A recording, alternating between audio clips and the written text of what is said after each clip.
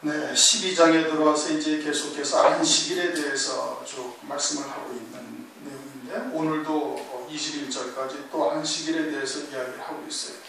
그러니까 안식일은 구약의 율법으로 하나님께서 주신 계명이죠. 안식일 날은 아무 일도 하지 말고 쉬라. 그래서 이제 유대인들이 철저히 율법을 명시한 대로 부엌에서 불도 피우지 아니하고 멀리 걸어가지도 아니하고 또 뭐 물건도 들지도 아니하고 그러면서 안식일을 지키고 있는데, 주님이 오셔가지고 그 안식일이라는 것을 이제 완전히 바꾸시는 겁니다. 그 안식일을 주신 뜻이 무엇인지를 주님이 알려주시는 거예요. 그러니까 안식일을 주신 뜻은 영원한 안식에 들어가는 것이 그게 참 안식이에요. 하나님의 나라죠. 그래서 그 그림자로 가나안 땅을 주신 거예요. 가나안 땅에 들어가면 거기는 너희들이 젖과 꿀이 흐르는 땅이고, 너희들이 짓지 아니한 집에서 너희들이 만들지 아니한 가구나 이런 것이 다 이 땅에, 농장도 너희들이 만들지 아니한 포도원을 하나님께서 다 주시겠다. 그곳에 들어가서 안식인데, 사실은 가나안 땅에 들어가는 것은 그림자인 거예요.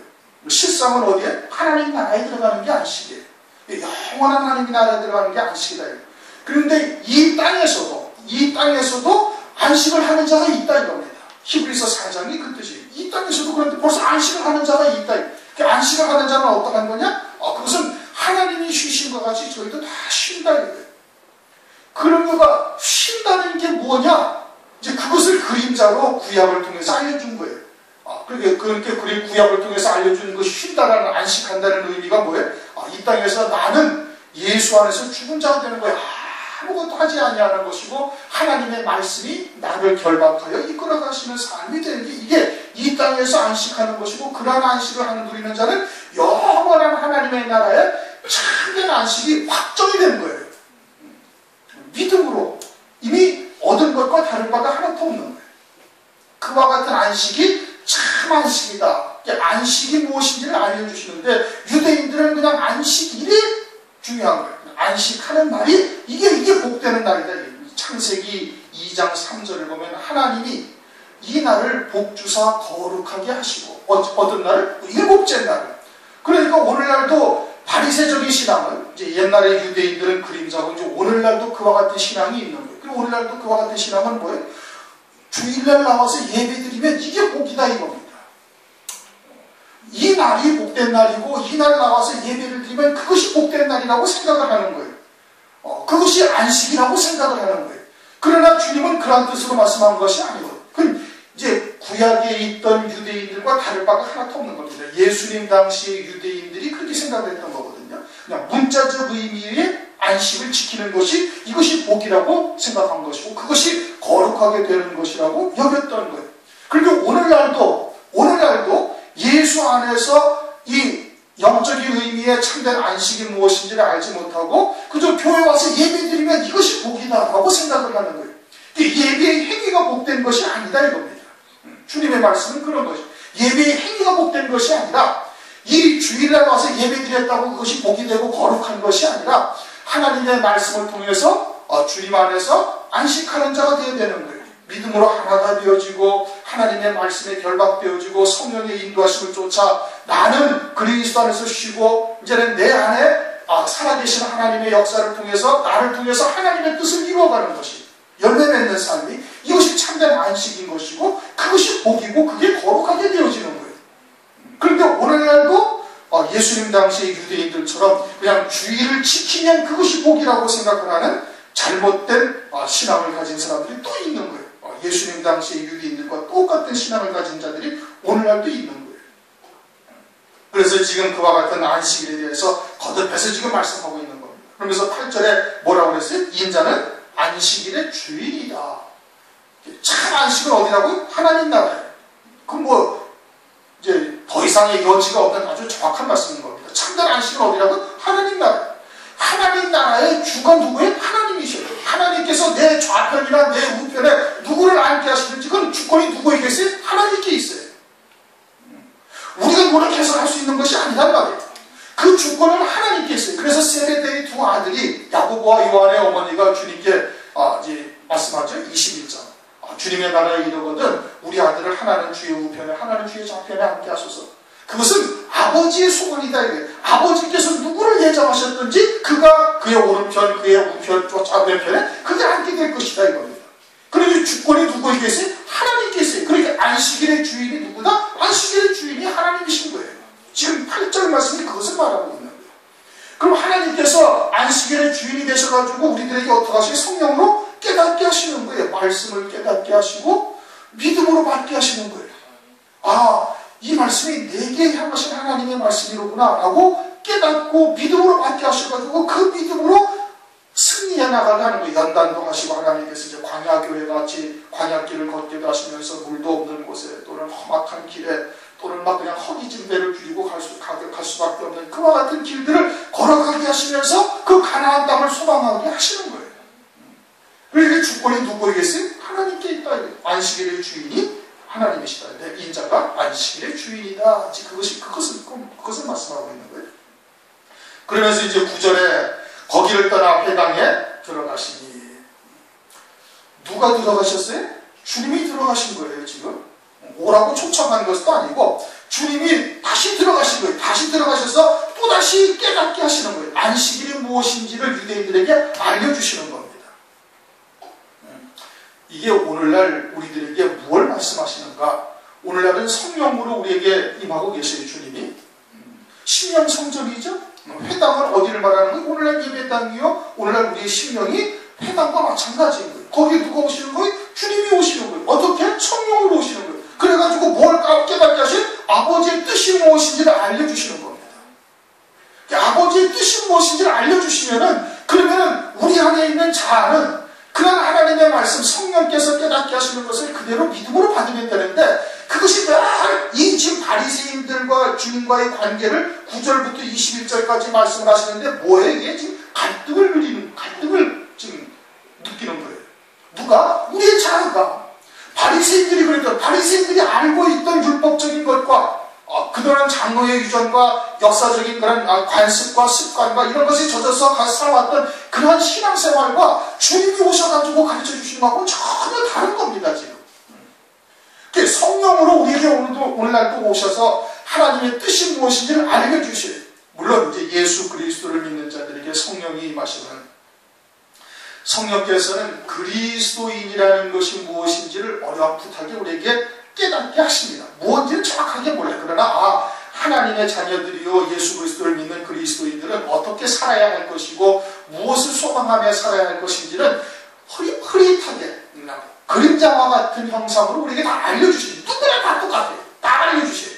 그러나 그것을 하나님께서 아주 정확하게 그리스도의 형상이 무엇인지를 하나님의 말씀으로 날선검보다도 더 예리한 하나님의 말씀으로 그것을 깨닫게 하시는 거예요. 그리스도의 형상으로 우리를 안에 새겨가시는 거예요. 그것이 하나님의 말씀이 하시는 일이거든요. 그런데 그와 같은 영적인 갈등을 느낄 때 우리가 육에 속하 있고 육신으로 살고 있고 또 육이 강한 사람들은 계속해서 육이 성령을 이기는 거예요. 그래서 하나님의 뜻을 거스려서 장로의 유전으로 하나님의 말씀을 사람의 계명으로 거역하는 일들이 벌어지고 있는 겁니다. 그럼 오늘날도 마찬가지인 것이고 예수님 당시의 일들도 역시 마찬가지인 거예요. 저희가 거기를 떠나서 저희 회당에 들어가셨다. 주님이 찾아오신 거예요. 오늘날 어떻게 찾아오신? 성령으로 찾아오시는 겁니다. 10절 한편 손 마른 사람이 있는지라 사람들이 예수를 송사하려 하여 물어가는데 안식일에 병 고치는 것이 옳으니까. 주님이 들어가시니까 한편 손 마른 사람이 있어요. 손 마른 사람이 누구를 말하는 거예요? 유대인들을 말하는 거예요. 지금 바리새인들을 말하는 거예요. 그들에게 주님이 오셔가지고 이제 그 회당에 들어오니까 손 마른 사람이 그 성전 안에 있고 회당에 있고 그리고서는 이제 유대인들이 묻는 겁니다. 안식일에 병을 고치는 것이 옳으니까. 왜? 어떻게 하려고? 예수님을 송사하려고. 예수님을 고소하려고. 예수님을 고소하려고 지금 묻고 있는 거예요. 그러니까 안식일에 대한 생각이, 안식일에 대한 이해하고 있는 것이 하나님이 안식일을 주신 뜻을 전혀 깨닫지 못하고 있으니까 이와 같이 지금 송사하려고 하는 겁니다. 이건 오늘날도 역시 마찬가지로 우리 안에 내면에서 하나님의 말씀과 내 생각과 그런 갈등이 영적인 갈등이 이루어지고 있어요. 그럴 때 성령으로 하나님께서 깨닫게 하시는 말씀을 믿어야 되는 겁니다. 내 생각을 내려놓아야 되는 것이죠. 그런데 이 유대인들은 그동안 전통적인 것 또는 장로들의 유전, 그동안 사회 관습적으로 행하였던 것들을 그것을 예수님이 이루지 아니한다고, 예수님이 그와 같은 것을 쫓지 아니한다고 지금 숭상하려고 하고 있는 거예요. 그 예수님이 누군데? 세례 요한, 온 유대 땅이 선지자로 알고 있는 세례 요한이 하나님의 아들이라고 증거하신 분입니다. 세례 요한은 온 유대인들이 선지자로 다 인정을 하고 있지 않습니까? 그리고 그 세례 요한이 이 세상에 와서 딱 한 일이 한 가지가 있는데 그게 뭐예요? 예수님이 그리스도이신 것을 증거한 거예요. 그러면 온 유대 땅이 인정하는 세례 요한, 선지자인 세례 요한이 증거하였으면 그럼 믿어야 되잖아요. 그렇죠? 믿지 아니하는 거예요. 하나님의 말씀이 우리에게 다가왔는데도 우리가 그것을 받아들이지 아니하는 거예요. 성령께서 깨닫게 하시는데도 그것이 무엇인지를 자기의 생각, 자기의 고집이 강해가지고 그동안 전통적인 장로의 유전이나 그동안 전통적인 신앙관들이 너무 강해가지고 하나님께서 깨닫게 하시는 것을 받아들이지 아니하고 있는 겁니다. 오늘날도 역시 똑같이 그러한 것이. 그러니까 여러분들도 하나님의 말씀을 들으면은 그냥 목사님이 하나님의 말씀을 하셨어, 맞아, 그냥 그렇게 해서 그냥 그도 받아들이는 것이 아니라 반드시 하나님의 말씀이 과연 그러한지 상고해봐야 되는 거예요. 베레아 사람들이 그러지 않습니까? 사도행전의 17장에 베레아 사람들이 바울이 증거하는 말씀을 듣고 과연 성경이 그러한지 날마다 성경을 상고하니라. 그래서 하나님과 나와의 관계는 목사가 여러분들을 갖다가 하나님께로 데려가는 것이 아니고 여러분들이 직접 하나님과의 교제가 있어야 되는 거예요. 그래야 본인의 영적인 그것이 자꾸 한 단계씩 성숙되어져 가는 겁니다. 내가 목사의 설교를 듣고서 하나님의 말씀이 과연 그러한지 집에 돌아가서 다시 한번 말씀을 또 보고 과연 그것이 맞는 말인지 아닌지를 여러분들이 상고해서 하나님과 여러분들의 관계가 형성이 되어야 되는 거예요. 목사는 그냥 단순히 하나님이 누구신지를 설명해주고 그냥 증거할 뿐이지 하나님과의 여러분들의 관계는 여러분들의 직접적인 관계, 그냥 개인적인 관계인 거예요. 그 목사가 어떻게 데리고 갈 수 있는 것이 아니라니까요. 그러니까 말씀을 어떻게 해야 돼? 말씀을 날마다 과연 그런지 상고를 해야 되는 거예요. 그것이 과연 진리인지, 과연 하나님의 말씀이 맞는지 아닌지 그것을 상고 여러분들이 스스로 해야 된다니까요. 그래야 영적으로 여러분의 신앙이 자라나가는 겁니다. 그런데 이들은 그러한 전통적인 관습이나 또는 그러한 그 사람의 계명에 젖어가지고 주님을 전혀 받아들이려 하지 아니하는 거예요. 그래서 11절 주님께서 이제 가라사대 너희 중에 어느 사람이 양 한 마리가 있어 안식일에 구덩이에 빠졌으면 붙잡아내지 않겠느냐. 유대인들이 그렇게 했던 겁니다. 그러니까 여기에서 주님에게 하나님 대꾸를 하지 못해요. 아니요, 우리는 양이 빠졌을지라도 우리는 안식일에 아무도 양을 건져내지 않았습니다. 그냥 그대로 안식일이니까 그대로 놓습니다 라고 대답하는 사람이 아무도 없어요. 판별하는 사람이 아무도 없어요. 그럼 뭘 말하는 거예요? 그렇게 한 거예요. 그러니까 자기들이 재물에 어떤 손해가 날 때는 아주 안식일이든 뭐든 그런 상관없이 다 건져내고 이익을 취했던 겁니다. 그리고서는 하나님 앞에는 거룩한 듯이 그냥 회칠한 무덤처럼 떨어져 있었던 거예요. 외식하는 자인 것이죠. 속은 그냥 썩은 무덤처럼 죽은 사람의 신체처럼 냄새나고 더럽고 추악한데 바깥에만 아주 하얗게 회칠해서 거룩한 듯이 깨끗한 존재인 것처럼 그렇게 포장하며 살았던 것이 바리새인들인 거예요. 주님이 드러내시고 있거든요. 그러면 수긍을 하고 받아들여야 되는데 받아들이지 않아요. 오히려 대적하는 자가 되는 거예요. 사람의 양보다 얼마나 더 귀하냐. 그러므로 안식일에 선을 행하는 것이 옳으니라 하시고. 당연한 말씀이죠. 그렇죠? 마가복음 2장 27절 한번 보시겠습니다. 마가복음 2장 27절을 보시면은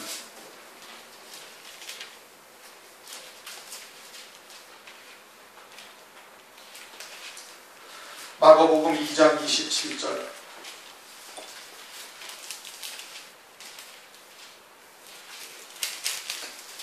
하나씩 읽습니다. 시작. 또 가라사대 안식일은 사람을 위하여 있는 것이요 사람이 안식일을 위하여 있는 것이 아니니.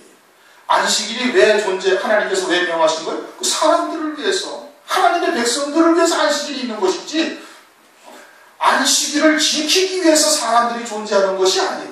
그런데 율법을 쫓아 살아가다 보니까 나중에 어떻게 됐어요? 그렇게 바뀌어진 거예요. 지금 유대인들이. 유대인들의 생각이 율법을 지키기 위해서 존재하는 것을 알고 있는 거예요. 율법은 사람들을 위해서 두신 거예요. 하나님의 백성들로 하여금 하나님의 백성으로 합당한 길이 무엇인지를 율법을 통해서 알려주시는 겁니다. 그러니까 안식일을 위해서 사람이 존재하는 것이 아니라 사람을 위하여 안식일이 있는 거예요. 그러니까 안식일에 구덩이에 빠졌으면 건져내고 사람이 아픈 사람이 있으면 고치는 것이 당연하다 이겁니다. 그것이 당연한 것인데 그러지 않고 유대인들은 어떻게 계명의 율법의 종이 되어져서 그냥 하라 하지 마라 하는 것이 종이 되어져서 그렇게 살고 있었던 유대인들인 것을 말하고 있는 것이죠. 13절 이에 그 사람에게 이르시되 손을 내밀라 하시니 저가 내밀매 다른 손과 같이 회복되어 서는다. 그래서 주님이 손을 내밀라 하니까 그냥 손이 금방 깨끗해졌어요. 온전해졌다 이겁니다. 그렇게 선을 행하는 것이 안식일에 합당한 것임을 말씀을 하고 있는 겁니다. 그러면은 손이 마른 자가 그럼 뭐냐? 손이 마른 자가 뭐냐? 이게 손 마른 자가 누구라고 그랬어요? 유대인들인 거예요. 유대인들이 손이 말라가지고 이제 펴지지 않냐고요. 손이 말랐다는 것은 손이 여기 신경 조직이 다 말라가지고 이렇게 딱 구부러져가지고 펴지지 아니하는 것이 손이 마른 자인 겁니다. 손 마른 자가 영적으로 무엇을 의미하는가? 신명기 15장 7절 8절을 보면 네 하나님 여호와께서 내게 주신 땅 어느 성읍에서든지 가난한 형제가 너와 함께 거하거든 그 가난한 형제에게 네 마음을 강팍히 하지 말며 네 손을 움켜쥐지 말고 반드시 내 손을 그에게 펴서 그 요구하는 대로 쓸 것을 넉넉히 구워주라. 신명기 15장 7절 8절에 그렇게 말씀을 하고 있어요. 가난한 자가 네 성읍에 사는 자가 오거든 그러면은 손을 움켜쥐지 말고 손을 펴라 이겁니다. 그런데 손이 바짝 말라 있는 거예요. 손이 바짝 말라서 제자들이 안식일날 미리석을 시장에서 미리석을 먹는 걸 가지고 책망을 하는 거예요. 율법도 사랑이죠. 네 이웃을 네 몸과 같이 사랑하라는 겁니다. 하나님을 경외하고 네 이웃을 네 몸과 같이 사랑하는 거예요. 율법도 사랑이에요. 그러니까 제자들이 그렇게 아주 시장에 가지고 배고파 먹을 것이 없어서 시장에 가지고 미리석을 짜장을 먹으면 그것을 사랑으로 긍휼히 여길 줄 알아야 되는데 그것이 율법을 어겼다고 책망하고 앉아있는 거예요. 그와 같이 손 마른 자다 이겁니다. 누가? 유대인들이. 그렇게 손을 피하는 거예요. 주님이 그 안에 임하시면은 그러면 손을 펴지게 되는 거예요. 주님이 손을 피신 겁니다. 손을 낫게 하신 것이죠. 유대인들의 지금 상황이 그러함을 말씀을 하고 있는 거예요. 오늘날 교회는 어떠한가? 오늘날 교회도 역시 예전처럼 이렇게 손 마른 자들이 대부분인 겁니다. 주님 안에서 한 형제여 하나가 되어져 있으면 어떻게 해야 된다? 그런 형제들을 바라보면 손을 펴야 되는 거예요. 그러한 진리의 사랑으로 우선은 영적으로 그러한 진리의 사랑으로 사랑을 하는 것이 우선은 첫째인 것이고 그러한 사랑을 하고 있다면 어떻게 돼? 그러면 당연히 형제가 궁핍하고 형제가 목마르고 형제가 줄이고 있으면 어떻게? 그와 같이 행해줘야 그것이 당연한 거예요. 그러므로 야고보서에 뭐라고 말씀하고 있어요? 야고보서 2장 15절 17절을 보면 만일 형제나 자매가 헐벗고 일용할 양식이 없는데 너희 중에 누구든지 그에게 이르되 평안히 가라 더웁게 하라 배부르게 하라 하며 쓸 것을 주지 아니하면 무슨 이익이 있으리요? 이와 같이 행함이 없는 믿음은 죽은 것이라. 형제가 배고파하고 있고 줄이고 있고 목마르하고 있다면 그럼 물을 마시고 그러면 먹을 것을 주라 이거예요. 그런데 그렇게 하지 않냐고 그냥 평안히 가라 더욱게 하라 배부르게 하라 말로만 한다고 되는 것이 아니다. 그건 죽은 믿음이다 이겁니다.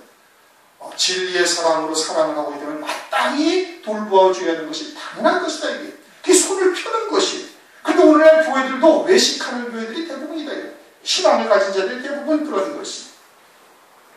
잠언서 22장 2절을 보면은 빈부가 섞여 살거니와 무릇 그들을 지으신 이는 여호와시니라. 하나님께서 빈부가 섞여 살게 하신 거예요. 그래서 영안이 열린 자들은 가난한 자들을 통해서 뭘 살아가는 거예요? 이것을 하나님께서 내게 맡겨주신 것으로 열매 맺게 하시는 것이로구나 라는 것을 깨닫고 그들을 돕고 베풀고 선을 행하는 겁니다. 그것이 잠언서 19장 17절 가난한 자를 불쌍히 여기는 것을 여호와께 꾸이는 것이니 그 선행을 갚아주시리라. 그런데 이 바리새인들은 예수님의 제자들이 미리삭을 시장하여 잘라 먹으니까 그것을 가지고 책망을 하며 안식일을 범한다고 아주 그냥 호되게 정죄하고 지금 비판하고 있는 겁니다. 그러나 하나님의 사랑이 전혀 있지 아니하는 것이죠. 그러니 손 마른 자를 지금 그들로 보고서 그들이 손 마른 자인 것을 지금 주님께서 계시하고 있는 것이죠. 14절 바리새인들이 나가서 어떻게 하여 예수를 죽이고 의논하거늘. 왜 죽이려고 그래요? 안식일을 범하니까. 안식일을 범하니까 모세로 주신 율법을 범하니까 지금 예수님을 죽이려고 그러는 거예요. 그래서 이제 실제적으로 이제 나중에 예수님을 십자가 못 박아 죽이는 겁니다. 누가? 유대인들이 하나님의 아들을 십자가에다가 처형을 해버리는 거예요. 그러면 오늘날로 바꿔 말한다면은 교회가 오늘날 그리스도인들이 재림하실 주님을 대적하는 것을 말하고 있는 겁니다. 똑같은 현상이에요. 이것이 지금 역사적인 사실을 기록해 놓은 것이 절대 아니에요. 이것은 오늘날 우리들에게 교훈으로 거울로 주신 거거든요. 고린도전서 10장 5절 11절을 보면은 저희에게 당한 이런 일이 거울이 되고 또 말세를 만난 우리의 경계로 기록하였느니라. 이것이 거울이라는 얘기거든요. 이것이 거울이라는 것은 무엇을 말해요? 이제는 초림의 때 유대인들이 하나님의 백성들이 하나님의 아들인 성자 예수 그리스도를 십자가에 못 박아 죽였던 것처럼 말세에도 또 교회가 재림하실 주님을 이처럼 대적하게 되어질 일이 있을 것을 거울로 보여주신 거예요. 경계로 보여주신 거예요. 교훈으로 말씀하신 거예요. 너희들은 이와 같은 자리에 서서는 아니 된다라는 것을 지금 말씀을 하고 있는 겁니다. 당시의 유대인들은 절대 자신들은 하나님을 대적하는 자들이 아니라고 자신들이 얼마나 하나님을 철저히 경배하며 하나님을 경외하며 하나님의 말씀을 지키며 살고 있는지를 자랑하고 다녔던 겁니다. 바리새인들이 그런 것이. 하나님을 자신들이 대적한다? 이게 있을 수 없는 일이라고 생각했던 거예요. 마태복음 23장을 보면은 자기들이 그렇게 얘기하고 있습니다. 마태복음 23장 30절.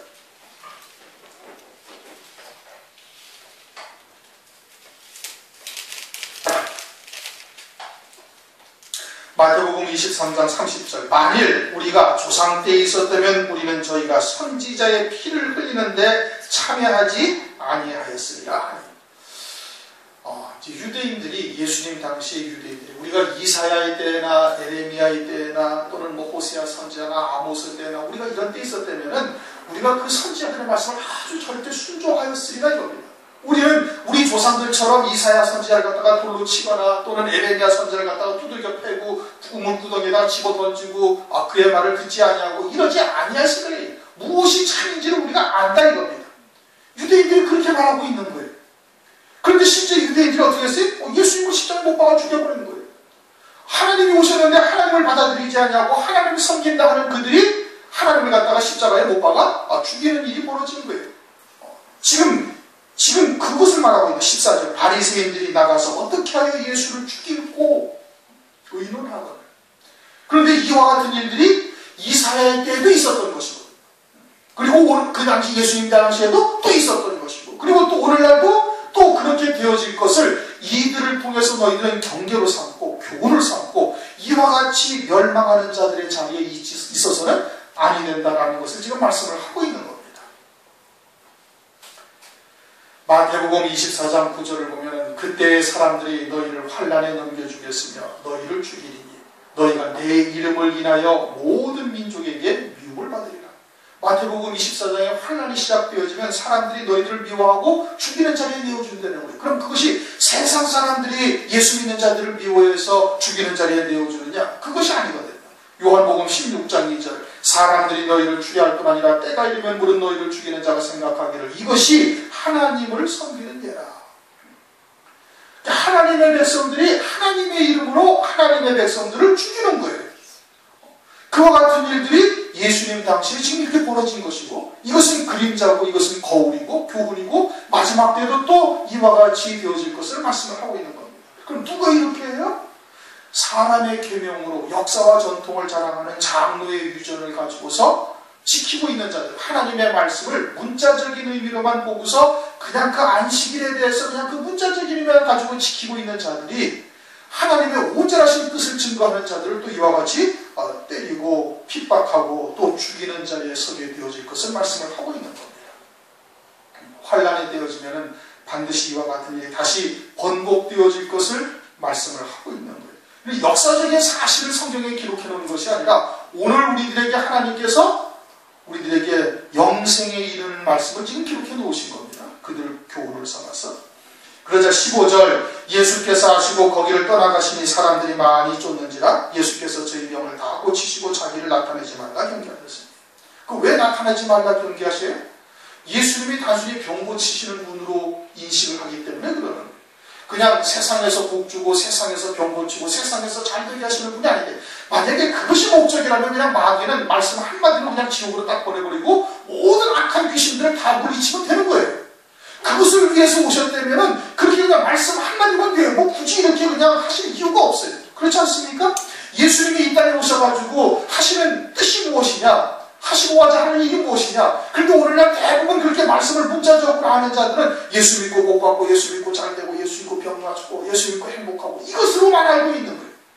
만약에 그것이 목적이라면 하나님께서 그냥 말씀 한마디로 마귀와 악한 영들을 갖다가 다 지옥으로 보내버리면 되는 거예요.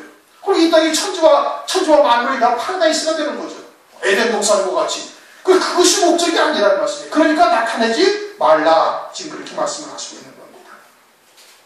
17절 이는 선지자 이사야로 말씀하십니다. 보라 나의 택한 족권 내 마음에 기뻐하는 바 나의 사랑하는 자로다. 누가? 예수님이 주님의 기뻐하시는 자요? 주님의 사랑하시는 자다 이겁니다. 어떻게 해서 주님이 사랑을 하셔요? 하나님이 사랑을 하셔요? 그냥 하나님의 아들이니까 사랑하시나요? 그게 아니에요. 예수님을 통해서 오늘날 누구를 하나님께서 사랑하시는가, 하나님의 사랑하시는 자라고 불리움을 받을 수 있는지를 주님을 통해서 우리에게 알려주시는 겁니다. 흔히 많은 그리스도인들이 하나님의 은혜를 조금 체험하고 나면은 그냥 하나님이 나를 얼마나 사랑하시는지 모른다고 이야기를 해요. 은사자들이 특별히 그런 일들을 많이 합니다. 어저께도 또 어디 이전 예배를 드린다고 또 전화가 또 와가지고서는 아니 갈 수가 없어서 한번 갔더니 무슨 노회장이라고 여자 목사님이 설교를 하는데 하나님이 자기를 얼마나 사랑하시는지를 모른다. 어쩌고 하면서 하나님의 말씀은 역대상 4절에 9절 10절 야베스의 기도를 갖다 읽어놓고는 거기에 대한 말씀을 한마디도 하지 않냐고 40분 동안 간증만 하다 끝나버렸어요. 그걸 설교를 하고 또 아멘 하고 앉아있는 이 기가 막히는 그릇인 거예요. 그러면서 하나님이 자기를 얼마나 사랑하시는지 모르겠어요. 그냥 조금만 하나님의 은혜를 입었으면 하나님이 자기를 무지하게 사랑하신다는 거예요. 그리고 그것을 다 자랑하고 포장하고 다니는 거예요. 그러면서 무슨 은사나 예언이나 한답시고 하고 앉아있고 안수나 해서 병이나 고친다 한답시고 그런 짓거리들만 하고 앉아있는 겁니다. 그리고 그것이 교회랍시고 예수님이 그것을 위해서 이 땅에 오셔가지고 피 흘려 죽으셨네? 그것이 아니면 그럴 거면 그냥 마귀 새끼 말씀 한마디면 다 지옥에 보내버릴 수가 있는데 뭐 때문에 그냥 부셨어요? 그것을 위해서 오신 것이라면 그게 아니니까 하나님의 말씀이. 그런데 하나님의 뜻은 무엇인지 알지도 못하고 맨날 그냥 간증만 40분 얼마나 치료한지. 설교 시간에 그런 걸 얘기하면 안 되는데 또 그런 얘기를 뭔 얘기하다 약간 좋은 거야지. 사랑하는 자. 하나님이 주님을 사랑하시는 거예요. 왜 사랑하시는가? 그건 요한복음에 보면 나와 있습니다. 우리도 하나님이 나를 사랑하신다고 말을 하는데 하나님의 사랑이 왜 우리에게 머물러 있는지를 우리가 잘 깨달아야 되는 거예요. 그래야 하나님의 사랑을 받고 있다는 확신을 가질 수가 있어요. 무엇을 통해서? 말씀을 통해서. 요한복음 15장 10절 11절 9절 10절을 보시겠습니다. 요한복음 15장 9절 10절 요한복음 15장 9절 10절 다 같이 읽습니다. 시작. 아버지께서 나를 사랑하신 것 같이 나도 너희를 사랑하시니 나의 사랑 안에 거하라. 내가 아버지의 계명을 지켜 그의 사랑 안에 거하는 것 같이 너희도 내 계명을 지키면 내 사랑 안에 거하리라. 아멘. 하나님 아버지께서 주님을 사랑하셔요. 그렇죠? 지극히 당연한 얘기죠. 그런데 왜 주님을 사랑하셔요? 아버지의 계명 안에 있기 때문에 그러는 거예요. 그러니까 너희도 내 사랑 안에 거하라 이게요. 어떻게 하면 우리가 주님의 사랑 안에 거해요? 주님의 계명을 우리가 지키면, 믿음으로 지키면 주님이 우리를 사랑하시는 거예요. 그냥 막연히 주님이 나를 사랑하신다 이게 아니라 하나님의 말씀에 근거해서 하나님이 나를 왜 사랑하시는지를 깨닫고 있어야 어떠한 환경이 흔들려도 어떠한 풍파가 몰아칠지라도 우리가 그 사랑을 부여잡고 있을 수가 있는 겁니다. 확신을 가질 수가 있는 거예요. 왜? 우리는 주님의 계명 안에 있으니까. 하나님의 말씀을 내가 지키고 있으니까. 주님의 뜻이 무엇인지를 깨닫고 주님의 뜻에 우리가 믿음으로 하나가 되어져서 걸어가고 있으니 주님이 반드시 나를 사랑하시는 거예요. 말씀에 약속이 되어져 있으니까. 그렇지 않습니까? 그럼 주님이 나를 사랑하신다면 하나님이 예수님을 사랑하시고 왜 사랑하세요? 아들입니까? 우리도 아들이지. 주님을 사랑하시는 이유는 아버지의 계명 안에 있기 때문에 사랑하시는 것이고 그 아버지의 뜻을 쫓아 당신의 목숨까지 버리시도록 순종하고 있으니까 하나님이 기뻐하시고 하나님이 사랑하시는 거예요. 그럼 우리도 그러한 사랑 안에 확신을 가지려면 어떻게 해야 된다? 아버지의 계명이 무엇인지를 깨닫고 아버지의 뜻이 무엇인지를 깨닫고 그 뜻 안에 우리가 믿음으로 하나가 되어져 있으면 환경이 어떠하든지 세상이 어떻게 바뀌든지 어떠한 풍파가 내게 다가오든지 하나님이 나를 사랑하신다는 것을 확신할 수가 있는 거예요. 그냥 막연히 주님이 나를 사랑하신다고 그러면 환경이 바뀌고 어떤 극한적인 상황이 내게 닥쳐올 때는 이 사랑이 과연 하나님이 나를 사랑하시는지 사랑하지 아니하시는지 분별하지 못하는 거예요. 그때는 그냥 파도가 요동치는 것처럼 흔들리다가 결국은 실족하고 마는 겁니다. 말씀에 근거해서 하나님이 나를 사랑하신다는 것을 확인을 하고 있어야 되는 거예요. 그래야 흔들리지 아니하는 거예요. 하나님이 주님을 사랑하시는 거예요. 기뻐하시는 거예요. 왜요? 아버지의 뜻을 행하고 계시기 때문에 아버지의 계명을 지키고 있기 때문에. 그래서 어떻게 한다? 내가 성령을 줄 터이니 그래서 사도행전 10장 38절 성령을 기름 붓듯 부어주시는 거예요. 성령 세례 요한에게 세례를 받을 때 성령이 비둘기처럼 임하셔가지고 충만히 마셔가지고 주님이 운명하시는 그날까지 십자가 위에서 죽임을 당하실 때 그날까지 성령으로만 사신 거예요. 성령으로 충만히 임하셔서 심판을 이방에게 알게 한다 이겁니다. 그리고 오늘날도 예수 그리스도를 믿는 자들에게 성령을 부어주셔요. 성령을 부어주셔서 이와 같은 하나님의 뜻이 무엇인지를 알게 하시는 겁니다. 심판이 무엇인지를 알게 하는 거예요. 요한복음 3장을 보시면은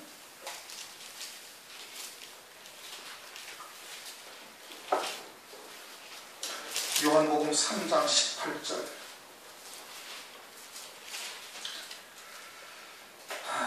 3장 18절 다 같이 있습니다. 시작. 저를 믿는 자는 심판을 받지 아니하는 것이요 믿지 아니하는 자는 하나님의 독생자의 이름을 믿지 아니함으로 벌써 심판을 받은 것이다. 유대인들이 예수님을 받아들이지 않았어요. 그렇죠? 그 결과는 어때요? 그건 영원한 멸망인 거예요. 그러니까 나중에 하나님의 보좌 앞에 가서 심판을 받고 안 받고 이거는 둘째치고 그것은 그때 가서 그냥 확정이 되는 것이고 이 땅에서 이미 이것을 알 수가 있는 거예요. 심판을 받았느냐 심판받지 않냐고 하나님의 사랑을 입은 자냐 이것을 성령을 받은 자는 알 수 있는 거예요. 성령을 부어줄 터이니 심판을 이방에게 알게 아니라 이방은 이제 그 뒤에 나오니까 그럼 심판이라는 게 뭐냐? 그것이 19절 20절이 심판인 겁니다. 19절 그가 다투지도 아니하며 예수님은 하나님이시래요.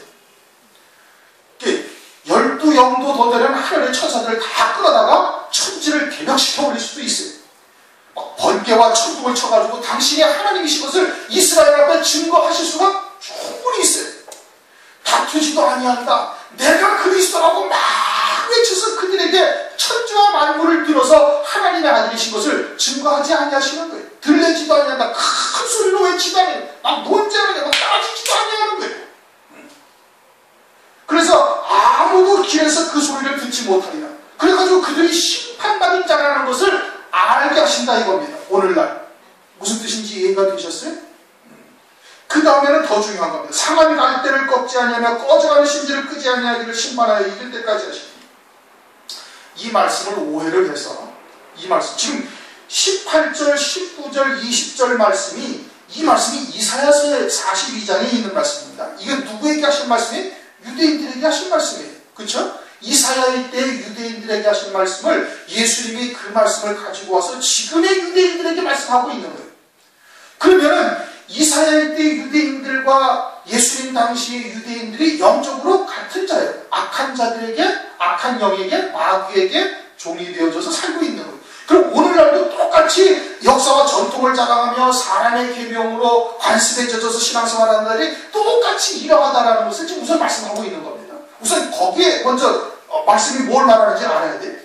그 다음에 상한 갈대와 꺼져가는 심지를 끄지도 아니하고 꺾지도 아니한다는 것이 대부분 사람들이 어떻게 이해를 하느냐면 하나님께서 불쌍히 여겨서 약한 자들을 갖다가 돌보시고 약한 자들을 갖다가 위로하시고 긍휼히 여기시는 주님이시다 이렇게 말하는데 이게 그런 뜻이 전혀 아니라는 거예요.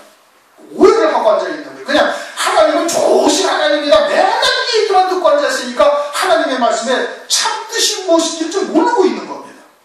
상한 갈대를 만약에 그렇게 주장하는 사람들의 이야기가 맞다면 그럼 상한 갈대를 꺾지 아니하시고 상한 갈대를 치유하고 세워주셔야 된다고 해야 맞아요. 꺼져가는 심지를 갖다가 다시 일으켜서 불꽃이 더 일게 해야 하신다고 해야 맞는 거예요. 그런데 상한 갈대를 꺾지 아니하고 그대로 둔다는 얘기입니다. 그렇죠? 꺼져가는 심지를 갖다가 다시 불꽃이 일어나게 하지 아니하시고 그냥 그대로 두어서 심판 때까지 그냥 그대로 둔다는 얘기예요. 그러니까 그들 갖다가 긍휼히 여기고 불쌍히 여겨서 그들 갖다가 그냥 보살피고 약한 자들을 보살피고 약한 자들을 도우신다 이런 뜻이 지금 아닌 겁니다. 이 말씀의 대상이 누구예요? 유대인들인 거예요. 지금 어떤 유대인들? 지금 예수를 죽이려고 어떻게 하면 예수를 죽일까 하고 의논하고 있는 유대인들을 지금 말씀하고 있는 것이지. 그렇잖아요. 지금 말씀의 문맥이 그거란 말이에요. 요 한 절만 딸랑 떼어가지고 상한 갈대를 꺾지 아니하시고 꺼져가는 심지도 끄지 아니하신다. 그래 하나님은 사랑이시다. 하나님은 그저 약한 자를 도우신다. 이런 뜻이 절대 아니라니까 지금 이 말씀. 그렇잖아요. 문맥이 지금 그걸 말하는 거예요. 상한 갈대가 누구라고요? 유대인들이에요. 갈대라는 것은 글씨를 말하는 겁니다. 유대인들에게 뭘 줬어요? 율법을 주셨어요. 아브라함을 통해서 하나님께서 유대인들에게 율법을 주셔서 하나님을 온전히 섬기는 법도를 깨우쳐 주신 거예요. 그런데 그 갈대가 뭐예요? 상해버린 거예요. 문자적인 의미만 알고 있으면서 하나님을 오히려 대적하고 예수님을 십자가에 못 박아 죽이려고 하는 이와 같은 유대인들이 된 것을 지금 말하고 있는 거예요. 그런데 그 당시에서 즉각 딱 꺾어버리고 심판하지 아니하신다 이겁니다. 그리고는 그들에게 회개할 기회를 주셔서 심판할 때까지 그대로 두시겠다 이 뜻인 거예요. 지금 무슨 얘기인지 이해가 되셨어요? 마태복음 13장 24절에서 30절까지 한번 읽어보십시오.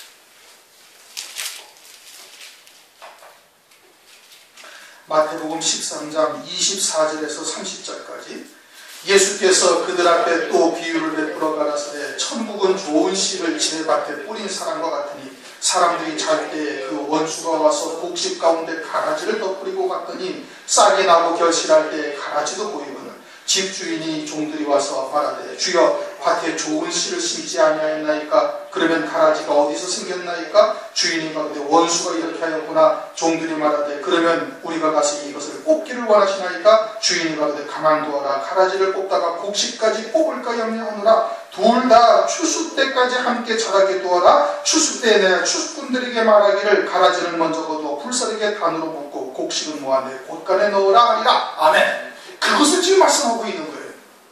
예?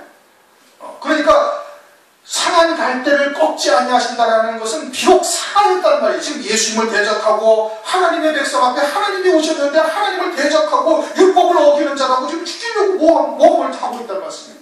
그런데 그러한 상한 갈대 하나님께서 말씀을 주셔서 그들로 하여금 잣대로 쓰고자 하셨는데 이미 상해버렸지만 하나님께서 그들을 꺾지 아니하시고 긍휼히 여기서 그냥 심판할 때까지 놔둔다 이거예요. 그래가지고 심판할 때까지도 하나님께서 심판할 때 하나님께서 이기신다 이겁니다. 너희들을 그렇게 하나님께서 긍휼히 여겼지만 끝까지 회개할 기회를 잡지 아니하고 결국은 예수님을 십자가에 못 박아 죽인 것이 아니냐. 그래서 심판할 때 이길 때까지 그냥 두시겠다 이겁니다. 꺼져가는 심지는 이거는 눈의 가시예요. 여러분. 촛불을 켜봤잖아요. 촛불이 꺼져갈 때 그 연기가 아주 매운 겁니다. 꺼져가는 심지를 갖다가 하나님께서 그냥 딱 꺼버리시가 아니하신다 이겁니다. 유대인들을 하나님께서 뭘로 세우시고요? 등불이 되게 한 겁니다. 빛이잖아요. 진리가 빛이지. 생명의 빛이죠. 생명의 빛을 갖다가 딱 주셔서 등불이 되게 하셨어요. 그래서 온 천하 만민에게 유대인들을 통해서 하나님의 존재와 하나님의 살아계심과 하나님의 뜻을 전파하게 하신 겁니다. 등불이 되게 하신 거예요. 그런데 꺼져버린 거예요. 등불이 다 꺼져가지고 막 연기만 나오고 있는 거예요. 눈에 가시 이렇게 매워요. 지금 주님 앞에 유대인들이 그런 거예요. 그런데 그 꺼져가는 심지를 주님께서 그냥 단박에 딱 꺾어버리지, 끊어버리지 아니하신다. 그리고서는 심판의 때까지 주셔서 주님께서 충분히 회개할 기회를 주었음에도 불구하고 회개치 아니하며 도리어 더 강팍하여 주님을 십자가에 못 박아 죽이기까지 하는 그들을 주님께서 심판할 때 이기려고 하시는 거예요. 그것을 지금 말씀하고 있는 겁니다. 그런데 오늘날 그래서 이제 21절 또한 이방들이 그의 이름을 팔아리라. 그 18절, 19절, 20절이 뭐예요? 심판인 거예요. 그게. 그 심판을 이방에게 알게 하리라. 이게 그렇게 해서 예수님을 십자가에 못 박아 죽임으로 구원이 어디로 넘어와서 이방인에게로 넘어온 거예요. 그리고 이방인의 충만한 수가 차게 되어지면 다시 구원이 이스라엘에게로 넘어갈 것을 로마서 11장 25절, 26절에 말씀을 하고 있는 겁니다. 그런데 구원이 이방에게로 넘어왔음에도 불구하고 이방인들이 또다시 유대인들이 걸어간 그 길을 그대로 지금 걸어가고 있는 겁니다. 이사야 때의 유대인들이 지금 예수님 때의 유대인들과 똑같이 영적인 흐름이 그렇게 마귀의 종이 되어져서 주님을 대적하고 있어요. 사람의 계명으로 장로의 전통과 유전을 가지고 그동안 내려온 여러 가지의 관습을 가지고 하나님의 말씀을 섬기는 것 같지만 하나님을 섬기는 것 같지만 하나님을 지금 대적하고 있는 거예요.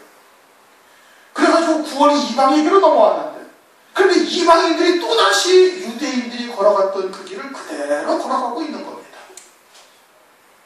말세를 만난 우리들에게 이게 거울로 주신 것이고 경계로 주셨다. 고린도전서 10장 15절인가 16절 말씀하고 있죠.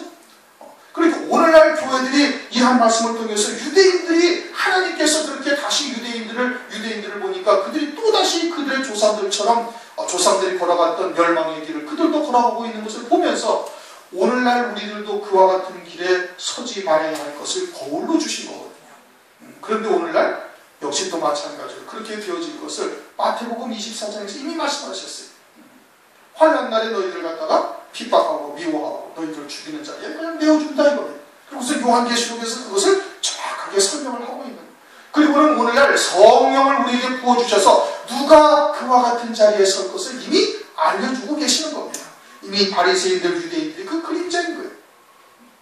그리고 오늘날 교회들이 또 역시 마찬가지로 그 길을 그대로 걸어가면서 그와 같은 멸망의 길을 가고 있음을 보여주시고 있는 겁니다. 그러니 깨닫는 자들은 어떻게? 심판이 무엇인지를 우리가 정확하게 깨닫고 그리고 그와 같은 멸망의 자리에 우리가 서지 말아야 될 것인 겁니다. 그들이 누구라고요? 이와 같이 영적으로 바리새인들의 교훈을 쫓고 있는 자들, 영적으로 유대인들의 교훈을 쫓고 있는 사람의 계명으로 겉으로는 예수 그리스도를 믿는 것 같지만 사실은 전혀 엉뚱한 하나님의 말씀, 엉뚱한 혼잡된 말씀, 누룩이 섞인 떡 이런 것을 먹고 있는 자들이 결국은 그처럼 대적하는 자들의 자리에 설 것을 성경으로 계시하는 겁니다. 심판은 그런 하나님의 말씀을 듣지 아니하는 거예요. 아무도 그 길에서 듣지 못한다. 그러나 들을 자들은 더 듣게 하셔요.